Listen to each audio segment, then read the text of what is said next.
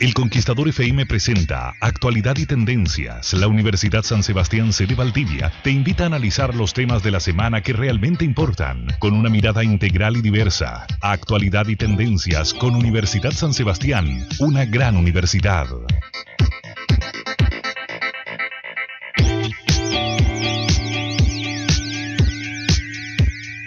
Hola, muy buenos días. Nos encontramos nuevamente en nuestro programa Actualidad y Tendencias de la Universidad San Sebastián, hoy miércoles 7 de diciembre. Ya empezamos en tierra derecha ya, sí. Bueno, llevamos varios días de este último mes del año. Increíble, ¿no? Mañana feriado. Como siempre, saludo a mi colega Lorena Líbal, directora de Pedagogía de la Universidad San Sebastián y directora de la carrera de Historia y Geografía también. Hola Lorena, muy buenos días. Buenos días, Rosana. Y, como siempre, don Francisco Mena, el director de la carrera de Ingeniería Comercial de nuestra sede, quien pone esta luz económica en nuestro programa. Muy Hola, buenos Francisco, días. Muy buenos días. Buenos días, Rosana, Lorena. Tengo una pregunta. ¿Qué pregunta? Que mañana es feriado y, es algo muy importante, es una fiesta religiosa importantísima para los católicos, para el mundo católico, ¿cierto? Para los católicos termina el mes de María, se realizan, ¿no es cierto?, las primeras comuniones, en fin, hay mucha alegría. De 8 de diciembre, sí, pues. Mucha alegría en muchas familias. No, yo le iba a preguntar si dejó su zapatito y le dejaron chocolates. San Nicolaus. Exactamente. No me dejaron. No, pucha, se portó mal. Sí, ese es un símbolo de cómo se portó usted en el año. Es que el chocolate yo creo que hay que tener cuidado y vamos a tener una experta en eso. Pero no solamente chocolate, pueden ser también frutos secos, Francisco, nos podemos retirar. Ambos nos portamos mal. Sí. Así que, Lorena, ¿te quedas tú? Yo me quedo sola, no se preocupe. No se preocupe. Ella queda sola. Sí, claro, ella se ha portado bien. Claro que sí. Bueno, ya estamos en el segundo Adviento, ya fue el segundo Adviento. También la celebración de San Nicolás, que es una anticipación de lo que es la fiesta de Navidad y que para muchos es el Santa Claus original, ¿no? Claro. De ahí viene. San Nicolás de Bari. Exactamente, obispo de la ciudad de Bari en Italia. Así es. Ahí viene toda esa Las lindas tradiciones. Bueno, en España se celebra mucho, incluso llega navegando, porque también es patrono de los navegantes. Sí. San Nicolás. Sí. La verdad de las cosas es que en España todavía se mantienen esas tradiciones tan potentes como, por ejemplo, la celebración de la Semana Santa con todas sus cofradías. La semana es la semana. Pasos procesionales, semana entera, es una semana entera y que es fantástico, especialmente son apoteósicas en Sevilla, pero también son más recogidas en Castilla y León, por ejemplo en Zamora. Son lugares que además son procesiones en la noche, con mucho frío, porque está muy helado en esa época. Claro. La verdad las cosas es que sí, en España todavía se celebra mucho las fiestas religiosas. Y además que se han transformado casi patrimonio de la humanidad. Y miren, voy a decir algo feíto, pero es parte del turismo. Por supuesto. La gente ya no va por la fe, hay alguna gente que va por el turismo. Claro, ver esos inmensos pasos procesionales con 3.000 penitentes, todos vestidos de diferentes formas, colores y además formas de expiación católica, ¿no es cierto?, de sacrificio a Jesús. Entonces, un tema difícil de entender, pero está dentro de la fe, dentro de los dogmas de fe. Sí. Pero se ha transformado, fíjate, desafortunadamente como en un cuadro turístico. Bueno, claro, ese es el... Le gustó a alguien y en el fondo se la utiliza... La cantidad de gente es impresionante, pero tú las ves y hay mucha gente que no va por la fe, sino que va por esa curiosidad de ver una manifestación religiosa que se arrastra de más allá del medioevo. Exacto. ¿Cierto? Entonces son, ¿cuántos? 800 años. Hay procesiones, cofradías que tienen tranquilamente 400, 500 años. Imagínate. Van a ver eso. Es feo lo que voy a decir, pero es casi a ver el espectáculo. Y eso no es. Sí, eso. Como un espectáculo, no como una muestra de fe. Claro. Sí. Bueno, los que están en estas cofradías, sí. Eso sí, la gente va con mucho respeto. Sí, van a ver y son muy respetuosos, porque uno a veces ve situaciones acá donde se pierde respeto y la gente habla, se ríe, hasta con grosería. En cambio allá hay mucho respeto por una manifestación religiosa del occidente. El tema de las cofradías es algo muy interesante, ¿no? Porque de hecho aquí en América también existían muchas cofradías. Y que también está... Los peruanos lo mantienen, ¿eh? Bueno, en Perú, y que también está vinculado a el tema de los oficios. Están, por ejemplo, las cofradías de los plateros, claro, de aquellos que trabajan en oro, de los pintores.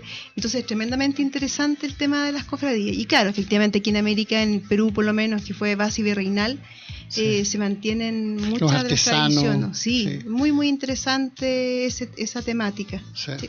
Muy lindo, es muy lindo estudiar, que se vincula con la historia del arte. La verdad que es una parte de la historia muy bonita. Sí. Bueno, de ahí salen todas estas construcciones magníficas, ¿no es cierto? Bueno. Todas estas basílicas, templos inmensos, gigantes. Y están los estilos románico, gótico, ¿no es cierto? En fin. Y lo más impresionante. Y todo lo que es el... Sí, y están como patrimonio de la humanidad ahora ya. Si uno va a estas inmensas iglesias en Alemania o en París, en el Sacré-Cœur, ¿no es cierto? La Notre Dame, en fin. Bien. ¿Y usted que andaba por el viejo continente, cuál fue la que más le impactó? Es decir, de todas maneras, dos. Pero cuando digo de todas maneras, obviamente la Basílica de San Pedro. Es decir, eso para el católico es algo inmenso, tremendo. Por su monumentalidad, por todo lo que hay ahí. Porque además es impresionante. Es decir, hay obras de arte, ¿cierto? De Leonardo da Vinci, en fin. Pero más que eso, hay unas iglesias que llaman mucho la atención, y usted como profesora puede decir que tiene que ver con la espiritualidad. En la Edad Media había una espiritualidad en algún momento para adentro. Entonces están estas iglesias románicas que en la luz entra, pero pequeñas franjas de luz, y el estilo románico, ¿no es cierto?, se ven reflejados en esas iglesias que son monumentales, pero con muy poca luz. En cambio se va al gótico, por ejemplo, y ahí es diferente, es decir, toda la línea ojival y todo. Entonces se van viendo las manifestaciones. Y lo otro que es impresionante, que rescata toda la tradición, ¿cierto?, monumental de arquitectos, en fin, artesanos. Ahí se demoraban 100 años en construir una edificación, ¿cierto?, o más. Entonces lo que está la Sagrada Familia en Barcelona, es decir, ese templo, ¿no es cierto?, de Gaudí, cómo está hecho. Fíjense que si ustedes por favor entren a un monasterio que está en la Galicia profunda, que se llama el monasterio de Oseira. Vean la sala capitular, cómo está hecha. Imagínense, hace 400 años de que Gaudí, ¿no es cierto?, él construye la Sagrada Familia, o la propone, pero todavía no está terminada. Y se van a dar cuenta que mucha de esa geometría, de esa sala capitular, está en la Sagrada Familia. Es impresionante. Tremendo. Bueno, nosotros tenemos que pensar, después nos vamos a ir a otro tema, ¿no? Pero un poco para cerrar esto, y que todo lo que es la arquitectura evidentemente tiene una base y un desarrollo histórico, y que también la escultura, es decir, no parte un periodo, no parte de la nada, sino que evidentemente hay reflejos y resabios del periodo anterior, o de lo que fueron los grandes maestros anteriores, que se van perfeccionando. En el caso, por ejemplo, de la Edad Media fue fundamental Vitruvio. Claro. Exacto. Tiene todo un desarrollo, entonces claro, porque no se conocían otros, después se van conociendo otros que estaban un poco escondidos, y se van adquiriendo otras perspectivas, pero evidentemente que uno puede ver influencias a nivel general en el arte, porque uno escucha música y uno dice esta obra es de tal persona, y no, es del anterior, es decir, pero uno la escucha y tiene, pero esto me parece que corresponde. Y ahí uno se da cuenta, ¿no es cierto?, que se forman muchos mitos, y por eso está claro que fe y razón no se contraponen. Si no, no se hubiera jamás construido todo lo que hay ahí, ¿cierto? Entonces se forman mitos, pero bueno, estamos en este mundo, ¿no es cierto?, donde todo se pone en duda. Bueno, Descartes era un creyente. ¿Perdón? Descartes era creyente, René Descartes era creyente. Sí, exactamente. ¿Qué pronuncia bien usted también? Sí, es que he aprendido usted. Ustedes son tan bilingües aquí que yo de nuevo me retiro, los dejo ustedes, pueden seguir. Bueno, y vamos a la pausa. ¿Sí? Bueno, vamos a la pausa. Si usted lo quiere, vamos a la pausa. Por supuesto, para eso estamos. En nuestro segundo bloque vamos a tratar otro tema. Vamos a saltar de un tema a otro en esta vez. Tendencia. Son tendencias. Exactamente. Ya para una cosa más actual, más de la fecha que tenemos en este minuto. Así que acompáñanos a nuestro segundo bloque, porque vamos a seguir con un interesante tema.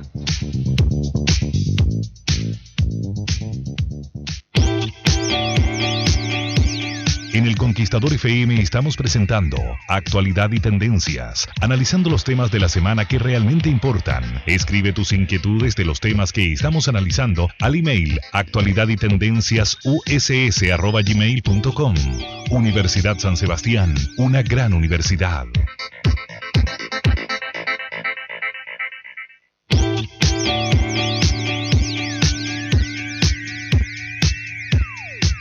Bueno, hemos regresado de la pausa y la verdad que en este momento en el cual ustedes no nos escuchaban, teníamos aquí una interesante conversación, continuando un poco con los temas de las catedrales, el turismo, etcétera. Nosotros queríamos hoy día irnos hacia otro tema y que justamente se vincula un poco con lo cual iniciamos, que era San Nicolás y los chocolates. No por la fiesta en sí, sino que porque justamente en esta fecha comienzan a darse una serie de eventos que hacen que comamos más, que nos desordenemos un poco en nuestra alimentación y en nuestros hábitos en general, y por eso que hemos invitado hoy día a Claudia Delgado, nutricionista y docente de la Universidad San Sebastián, quien ya nos ha acompañado en otras oportunidades.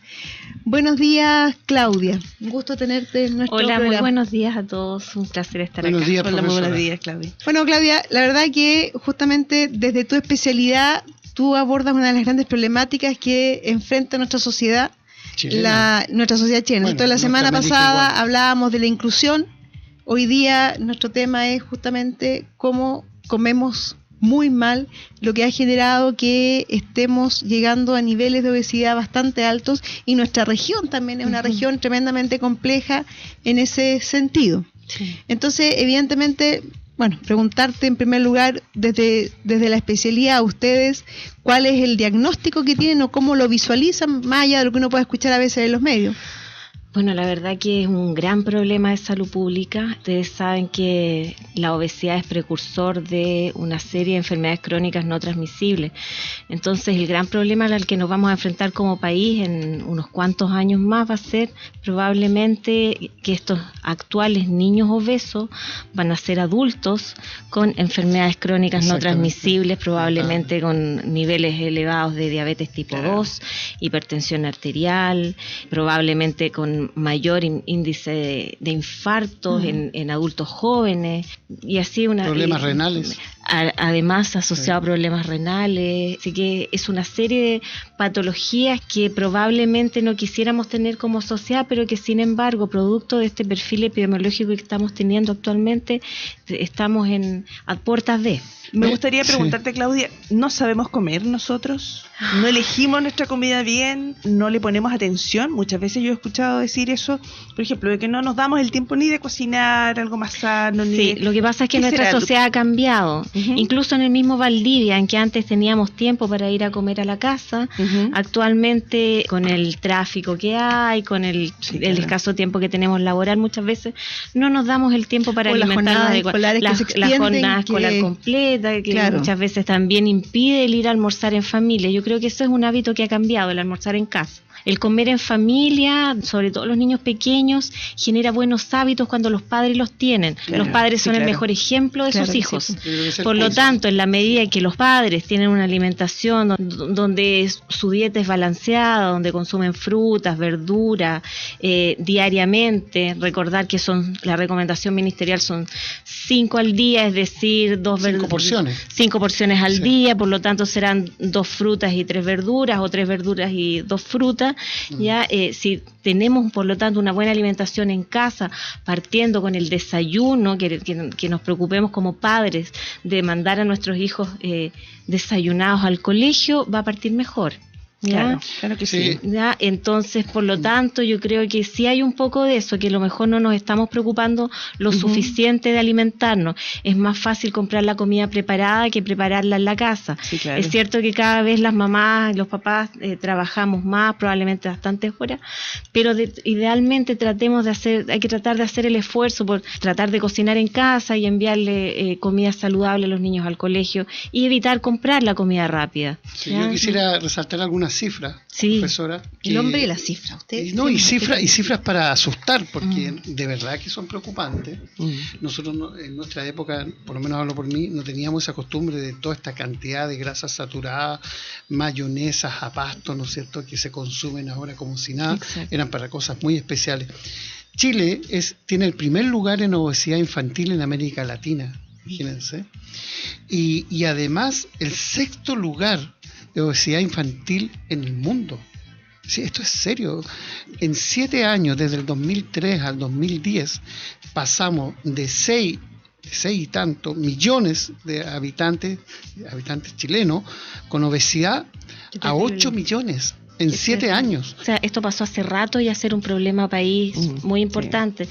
Y por lo tanto, lo más relevante es que debemos tratarlo como tal, de manera ojalá intersectorial, no trabajar en islas en la medida que nosotros nos coordinamos con los jardines, con los colegios, en las universidades y trabajamos promoviendo la alimentación saludable y la actividad física que va de la mano para tener una vida saludable, es que yo creo que vamos a enfrentar de mejor manera este gran problema actual. Y la actividad física a veces la gente lo relaciona con somos altamente sedentarios también los chilenos. Con la edad.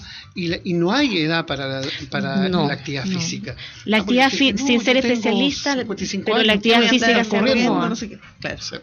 Se adapta a la edad de los individuos. Claro. Pero se tiene esa mirada cultural, ¿no es cierto? Que a una cierta edad no es necesario. ¿Para qué voy a hacer yo? Además lo ven como un tremendo riesgo. A toda edad tenemos que realizar actividad física, y en los niños pequeños es muy importante tratar de disminuir al máximo el tiempo frente al televisor, frente al computador, con el teléfono, niños pequeños incluso jugando con teléfonos celulares. No se trata de buscar ejercicios muy complejos, si tal vez el niño que sale a correr, ¿cierto? Que salta la cuerda, anda en bicicleta, en triciclo. Es el juego, juego. Lo importante es que el niño no esté sentado en casa, sino que la mayor parte del tiempo se esté moviendo. Sí. Y falta más educación, ¿cierto? Porque la gente dice, no, yo como mucha fruta, mucha verdura. Sí, pero vamos viendo la cantidad. Por supuesto. Y entonces llegan a la obesidad igual. Lo más importante es mantener los equilibrios. Nosotros tendemos a demonizar, por ejemplo, las grasas, y las grasas no todas son malas, son muy necesarias. De hecho, todas nuestras células necesitan grasas. Claro, ya, pero lo relevante de esto es que tenemos que consumir las grasas que son saludables. Por ejemplo, el consumo frecuente de palta, que tiene ácidos grasos monoinsaturados que son saludables, consumir aceite de oliva, canola, preferir los tipos de aceites que tienen más proporción de los ácidos grasos monoinsaturados. Ahora, nosotros lo encontramos en los supermercados ahora, el aceite de canola en todas las estanterías. La palta a mí me gustaría relevar ese tema, es uno de los alimentos casi perfecto, que la gente no se da cuenta, que tiene una cantidad de nutrientes impresionante, todo concentrado en una sola fruta. La palta es una fruta. La palta es una fruta. Y es muy rica, es muy agradable. Y es una cantidad de nutrientes impresionante al lado de otras. Por supuesto. Por lo tanto, más que demonizar las grasas, preocupémonos de consumir grasas que son saludables. En los frutos secos también. En los frutos secos, por ejemplo, lo que son las semillas como las nueces, las almendras, el maní. Pero también son porciones. Por supuesto. Tampoco son exactamente. Un cuarto de kilo de frutos secos.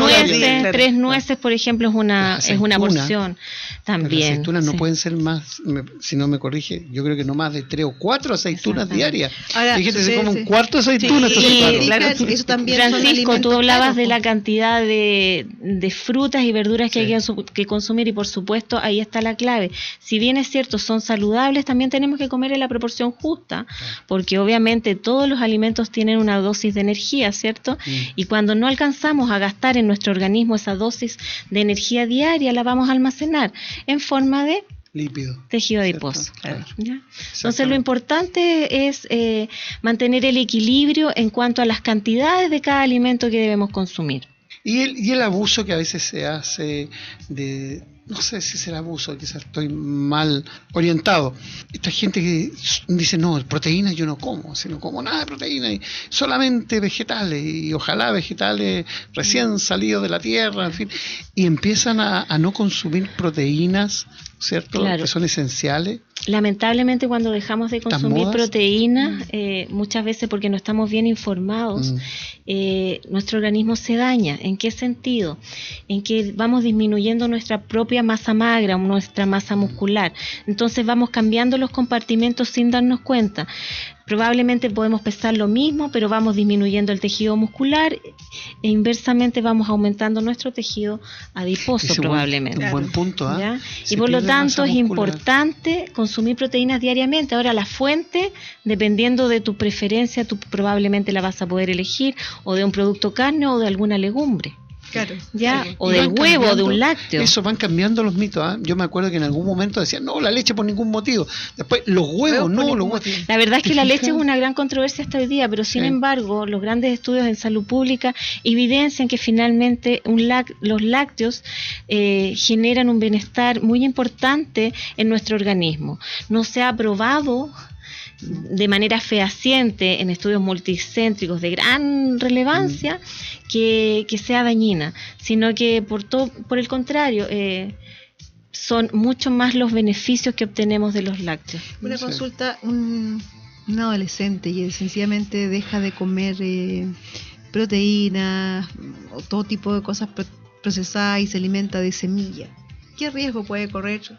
Todo depende de la cuantía de la disminución de la ingesta proteica. Ahora, por ejemplo, las semillas, como tú dices, tienen una cantidad de proteínas, pero sin embargo, cuando nos alimentamos solo de estas, obviamente vamos a tener finalmente un déficit proteico. Y un déficit proteico a largo plazo, llevado al extremo, nos puede llevar a una desnutrición proteica. Porque nuestro organismo, evidentemente, procesa distinto aquellas que vienen del mundo vegetal de las que vienen del mundo animal. Hay un tema ahí también de proceso. Exactamente. Bueno, la verdad que está súper interesante la conversación. Pero vamos a seguir nuestro programa. Sí, vamos al segundo quieto.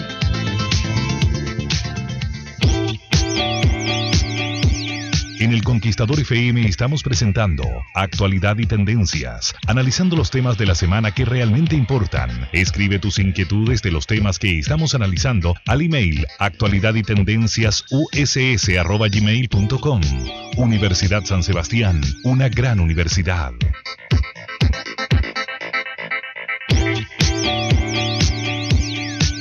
Bueno, hemos regresado a nuestro tercer bloque de esta interesantísima conversación.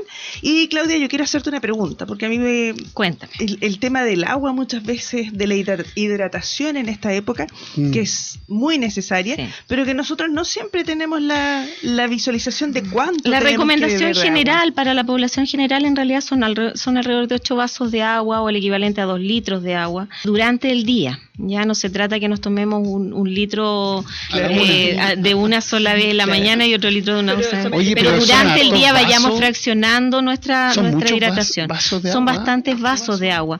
Ahora nosotros no nos damos cuenta, pero en esta época perdemos bastante agua nosotros en nuestro organismo por evaporación. Profesora, pero ahí ¿es agua o líquido? Porque puede ser por ejemplo, líquido. Si es sopa o si... Sí, pero en esta época es importante, además de la sopa, hidratarte. Sí, porque tiene que ser agua. Puede ser té, puede ser té frío.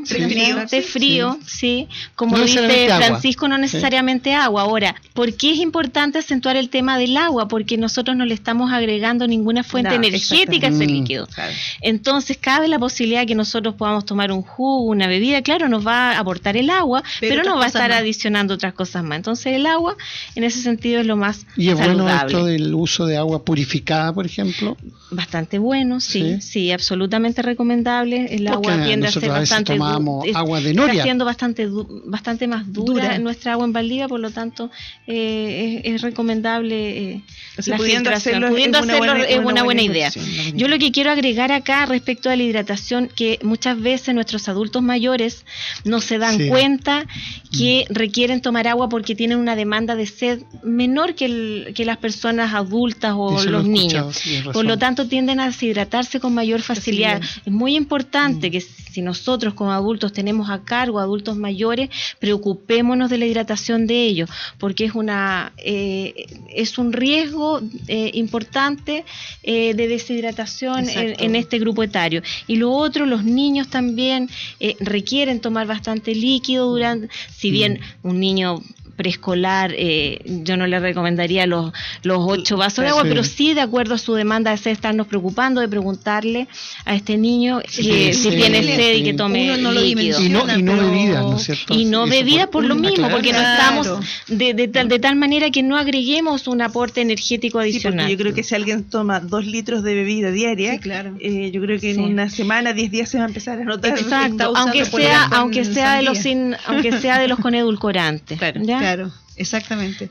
Que uno no se da cuenta a veces los niños la importancia que tiene el agua para todo lo que son sus procesos fisiológicos. Por supuesto, incluso para la concentración. Claro. Los dolores de cabeza. Muchas veces la manifestación de deshidratación es con cefalea. Por lo tanto, muy importante una buena hidratación en esta época de verano. En esta tercera ola de calor de noviembre. Tercera ola de calor de noviembre, como habíamos conversado en algún minuto. Y sobre todo que además se dice que este va a ser un verano tremendamente caluroso. Y es una cosa que tenemos que acostumbrarnos, parece, porque todos los años estamos escuchando de que este va a ser el verano y el que viene seguramente va a ser más caluroso que este. Pero igual están siendo más calurosos. Por eso tener estos tips, pero apropiarse de esto. Apropiarse, incorporarlo. Acostumbrarnos a llevar la botellita de agua en la cartera, por ejemplo, que nos acompañe el agua en nuestro recorrido diario. Yo creo que es una manera de ir haciendo el hábito. Pero parece que el abusar también del agua, yo he visto gente que abusa del agua. Por supuesto. Y lo toman como moda. Por eso que todo en su justa medida. Todo en su justa medida. Claro. Porque también produce problema a nivel celular. Sí, claro. También, sí. También existe una serie de otras complicaciones producto de la sobrehidratación. Por eso las recomendaciones tienen rangos. Claro. Ideal no salirnos de aquello. Otra cosa, un beneficio adicional, y que yo creo que muchas de las dueñas de casa probablemente que nos están escuchando o en el trabajo en general, el agua en ayunas ayuda bastante a la digestión. Por lo tanto, quienes sufren de estreñimiento y todos se van a ver ampliamente beneficiados con el consumo de agua antes de iniciar el desayuno y durante el día mantener esta ingesta. O antes de iniciar, por ejemplo, un almuerzo, dicen que también es bueno. También, sí. Porque así se consume menos alimento, ¿cierto? El tomar es un buen tips, Francisco. ¿Cierto? Sí. Muy bien. El jugo de limón, una limonada, está de moda. Es muy saludable en esta época. Sí, absolutamente recomendada. Una buena fuente de vitamina C, un excelente antioxidante. Por lo tanto, ahí mi pregunta es la siguiente: una limonada requiere azúcar, ¿no? Porque si no, ¿cómo calculo yo cuál es el balance de azúcar? Mira, en general para 1 litro nosotros lo que podemos recomendar de algún azúcar, idealmente no consumirla con azúcar, pero si no puedes prescindir de ella, 1 o 2 cucharadas soperas para 1 litro nomás. Perfecto. ¿Ya? También se pueden usar edulcorantes. Ahora, importante sí que tampoco exageremos con ello, aunque las dosis en general que nosotros consumimos, si no abusamos de él, no pasan a ser peligrosas. ¿Habrá un abuso de la stevia, por ejemplo? La están viendo como maravillosa y todo lo demás, y bueno, la se están comiendo las hojas. La stevia como líquido edulcorante tiene la propiedad de endulzar. Sí. Es muy potente. Pero cuando tú consumes la stevia como hoja, estás incorporando algunos componentes farmacológicos que tiene la stevia. Por ejemplo, está comprobado que la hoja de stevia tiene un efecto hipotensor. Por lo tanto, hay que informarse sobre cuál edulcorante estamos consumiendo, cuánta es la dosis máxima recomendada en el día, de acuerdo a la edad, etcétera. Yo creo que es importante ser un consumidor informado. Sí, finalmente todo depende de eso, todo en su justa medida, no tengo por qué exagerar. Es la comida, con un trago de vino, sí, es rico comer. Claro, por eso son los 8 vasos de agua al día, las 5 frutas o verduras. Exacto. Y no 10 ni 20, no es saludable tampoco. No es saludable. Todos los extremos son malos. Todos los extremos, sí. Ahora, lo que a mí me complica un poco a veces, ¿cuáles son las mezclas de las comidas? ¿Cómo...? Por ejemplo, si como un pedazo de carne, tiene que ser con ensaladas, con papas, con arroz. ¿Qué es lo que...? ¿Cómo? En una dieta saludable siempre es importante acompañar un producto carne con algún cereal que te aporte energía. ¿Ya? Además, acompañarlo con verduras, ¿cierto? Y fruta. Y esa ensalada, incorporarle algún lípido saludable, algún aceite saludable. ya por lo tanto el consumir todos los nutrientes es lo más adecuado, ya si es que lo que queremos es una alimentación balanceada. Perfecto. Muy bien, hemos aprendido mucho esta mañana. Hemos aprendido mucho de este... Ya la práctica. Sí, pues, de este tema, que yo creo que eso es lo que es lo complejo. Como si no estaríamos, como tú muy bien dices, Claudia, en una epidemia a nivel nacional. Compleja. Yo voy a ir a la clase de la profesora, voy a aprender mucho. Muy bien. Lideramos lamentablemente en este... Sí, claro, lideramos lo que no deberíamos liderar. Ranking, digamos, que no nos gustaría, estamos subiendo a niveles bastante rápidos, y eso es súper complejo. No es la idea ser campeones en esto. No, es mejor ser campeón en cualquier otra cosa, casi menos en esto. Muchas gracias, Claudia, por haber venido, por habernos ilustrado en estas cosas que al final, y por eso lo digo, la idea es recordarse de esto, que no se olvide, como tú bien dices, andar con la botellita de agua para que esto se vuelva y no ponerse fundamentalista en todos estos temas de los alimentos. Muy importante, sí. También no se trata de demonizar todo tampoco. Claro, no, pues porque evidentemente también este tema del agua tiene que ver con las épocas del año, tiene que ver con mi edad, etcétera, y hay que ir balanceando una cosa. ¿Con su edad? Si usted es muy joven. Yo sí, no digo con su edad, digo con la edad genérico. No, claro. No tengo problemas de edad, no. Bueno, Claudia, nuevamente muchas gracias por haber venido esta mañana. Por la invitación. No, un placer. Y nosotros nos despedimos. Sí, pues, nos encontramos el próximo miércoles, como siempre. Muchas gracias por habernos escuchado. Adiós, profesora. Adiós, profesor. El Conquistador FM presentó Actualidad y Tendencias con Universidad San Sebastián. Las consultas y dudas a los temas analizados en este programa se pueden canalizar directamente en nuestra sede o escríbenos al email actualidadytendenciasuss@gmail.com. Universidad San Sebastián, una gran universidad.